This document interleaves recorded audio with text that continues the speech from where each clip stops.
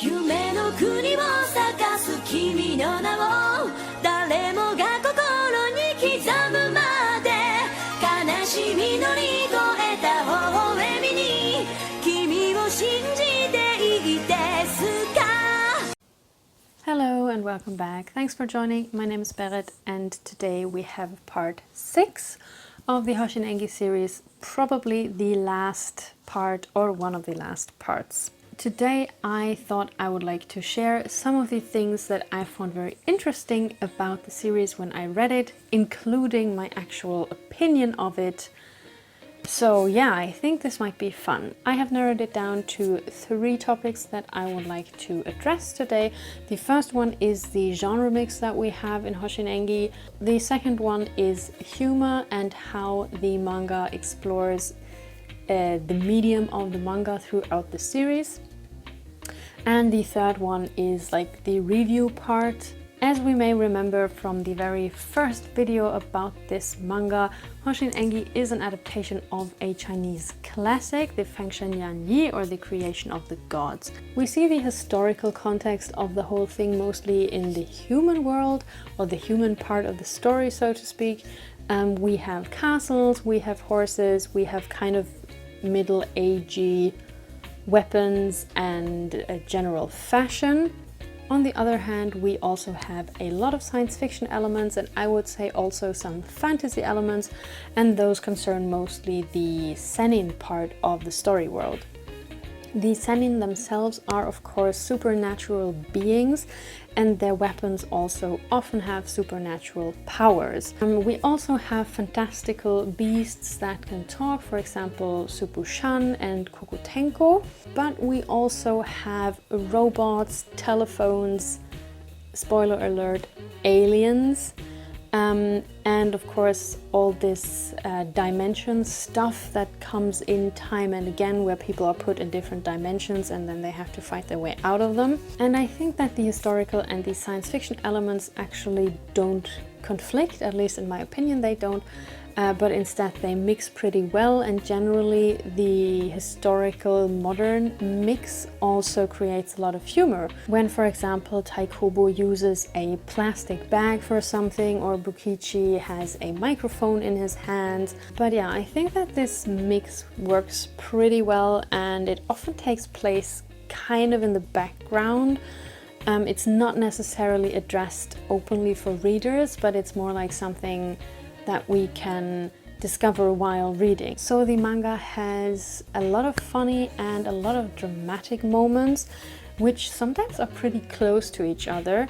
And while the story is pretty huge and dramatic, the characters often make it a lot of fun. Much of the comical stuff connects to 2 things. Number 1, Taikobo as the funny hero who doesn't necessarily seem to be too competent for his job, and also the fact that the other characters are also aware of that and they sometimes get mad at him, or they just point out to him that he's not exactly what we would expect a hero to be. And the second thing is that the characters and the manga in general, it plays a lot with being conscious about its mediality and about being a work of fiction, having readers, etc. And that is something that I would like to talk a little more about. The thing is that characters that are conscious about being fictional characters, all that stuff is not exactly new, but in Hoshin Engi it's often interesting. And we have 2 large topics where we see that the characters know that they are characters in a manga. One thing is that Taikobo often needs to affirm his status as the hero to the readers, and he does that throughout the whole manga, time and again. And the other thing is that Suppu criticizes Taikobo's behavior as a hero a lot, especially in the beginning, because Taikobo doesn't behave like a hero should, at least not in Suppu's opinion. And also some characters break the 4th wall, which is also not exactly new in fiction, but this also still creates pretty interesting effects, I think. And another thing is that in one situation, a ducky cannot be even sexier because this is a shonen manga. And we even have a panel where she checks with the director slash author of whether she can be more sexy, and he says no. And what I think is interesting about that is that on the one hand, the manga tells you all the time that this is fiction. The characters know that they are fictional characters. This is not real, is what the manga basically tells you all the time.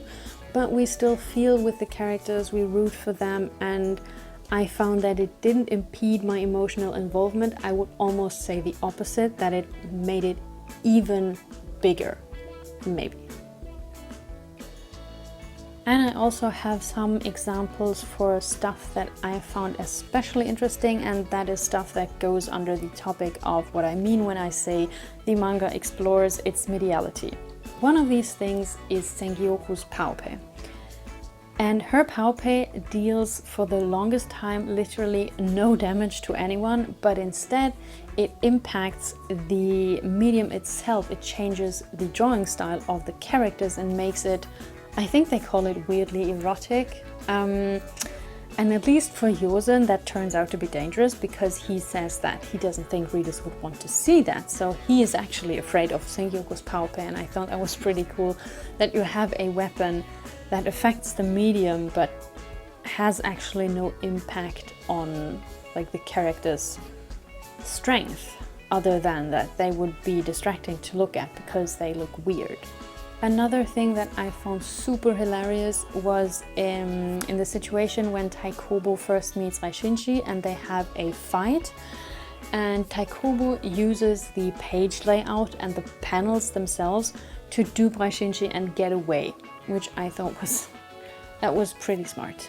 And then we have a situation where a character, I think it's Sengyoku's father, he appears and he's kind of mad, and Taikobo argues that he is weird, or I don't remember if he even says crazy, but anyway, he argues that Sengyoku's father is weird because he speaks in italics.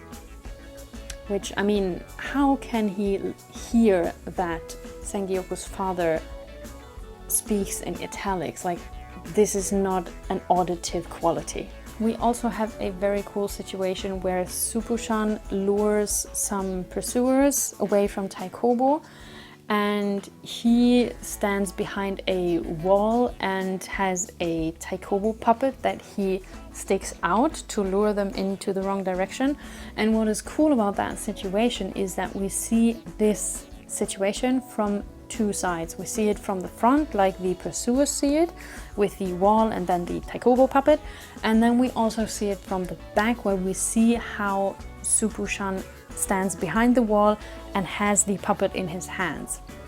And of course we have the most interesting thing on that front in the whole manga, and that is a minor spoiler alert for volume 12 or 13, I'm not sure, which is when at the end of the fight with Chokomei, Taikobo dies and they actually start a new manga series in the middle of the volume before Taikobo is resurrected. And I thought it was really cool how the manga kind of played with its mediality a lot here and just, you know, explored what's possible in this world. I have at least not read many series, neither manga nor comics, that have explored their own mediality in such an open way. But now we will move on to my actual opinion of all of that. So I think it's pretty obvious that I love the manga, but I also wanted to show some aspects away from the plot itself that I thought were super fun to engage with and think a little bit about. So one of the things that the manga does really well a lot, not always, is that many minor characters feel like round characters, I think. Not all of them, but a good deal. And speaking of it, I think that we also have a lot of nuances about who is a main and minor character. We have, of course, the main characters, obviously Taikobo, he is the hero. I would say that Daki is probably a main character just because she is the main villain, and probably Yosen is a main character. And then we have like big minor characters, I would say that Supushan is probably one of the biggest minor characters because he's the companion of Taikobo. I would also say that Hiko is probably one of the biggest minor characters, at least up until the point where he dies. And the same goes for Bunshu, I guess. And then we have like medium big minor characters. Maybe Tenka would be one of them, or Nataku would be one of them. And then we have very small minor characters like Fugen, or maybe even Shinkoyo, because he doesn't appear very much. But even these small minor characters might have a very important role for the story. And for me personally, a sign that many minor characters felt like round characters is the fact that my favorite characters are minor characters, because my favorite characters are Tenka and Fugen. Tenka and Fugen are two of my absolute favorite characters, and they are both minor characters, especially Fugen. He's not very important in the story in a way, he doesn't appear very much, but I love him, he's great.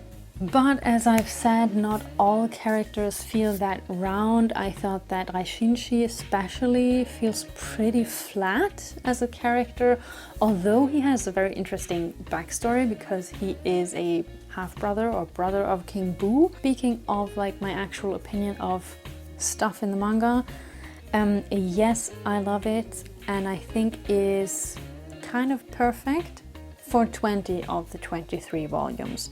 And here's spoiler alert, because I will now talk about the ending. I think the ending is not as strong as the rest of the thing.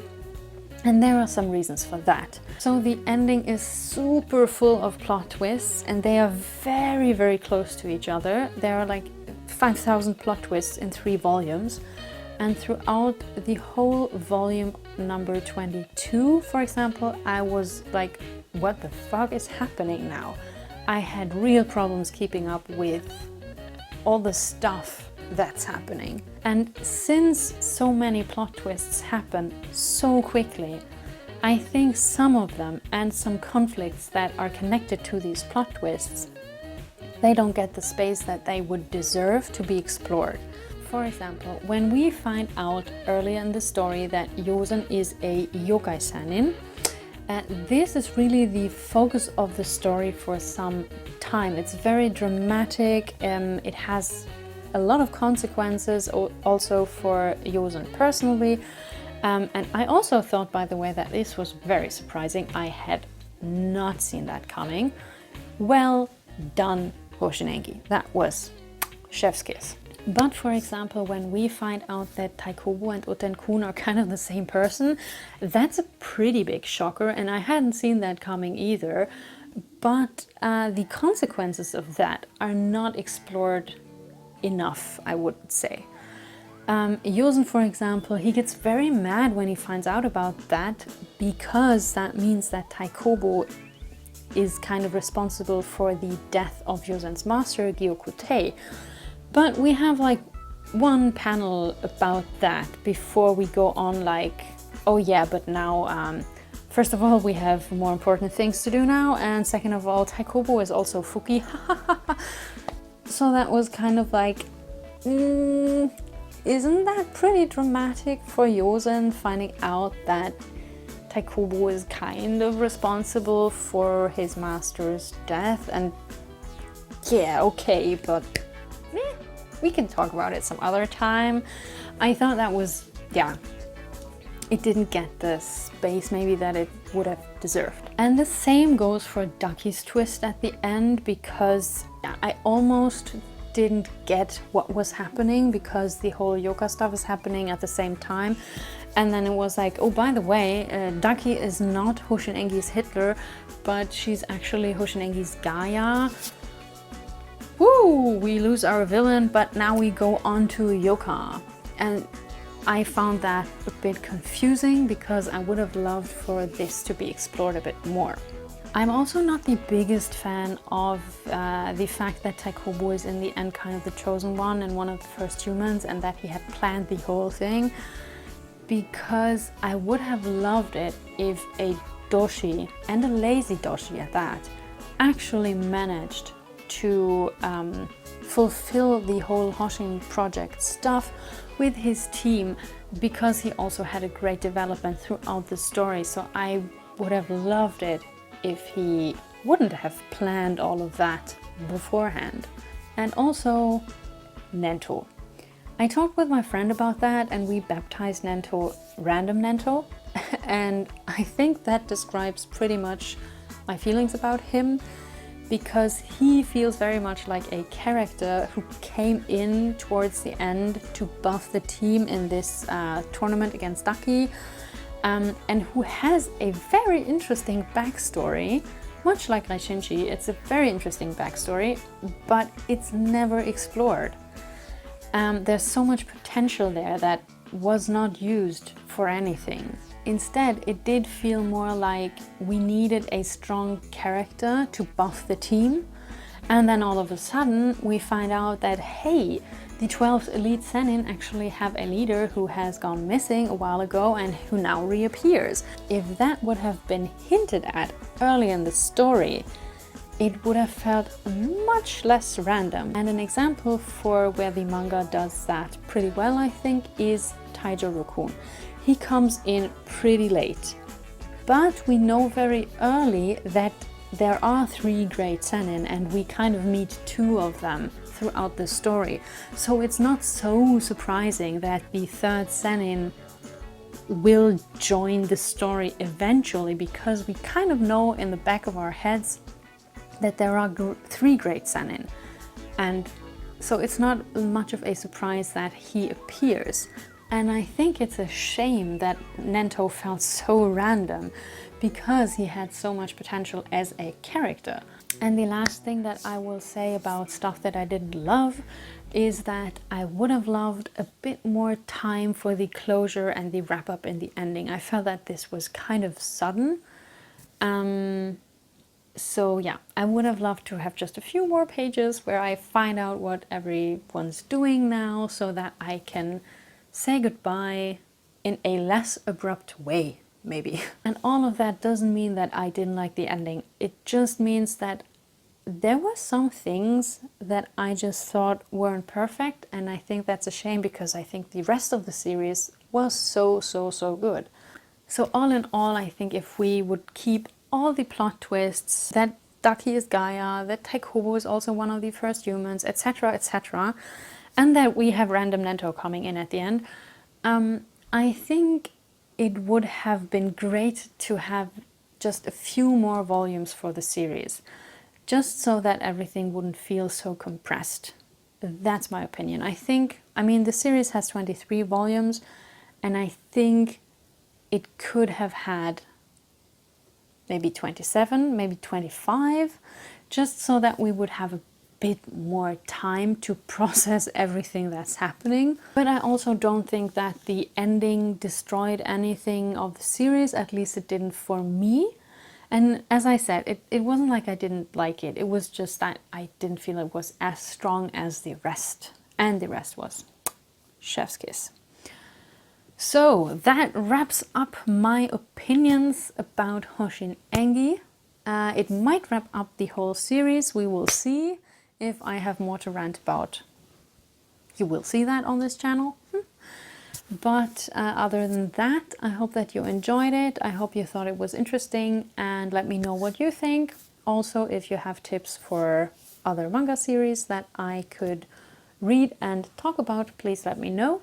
I hope you enjoyed today's video, and maybe I'll see you in the next one. Bye!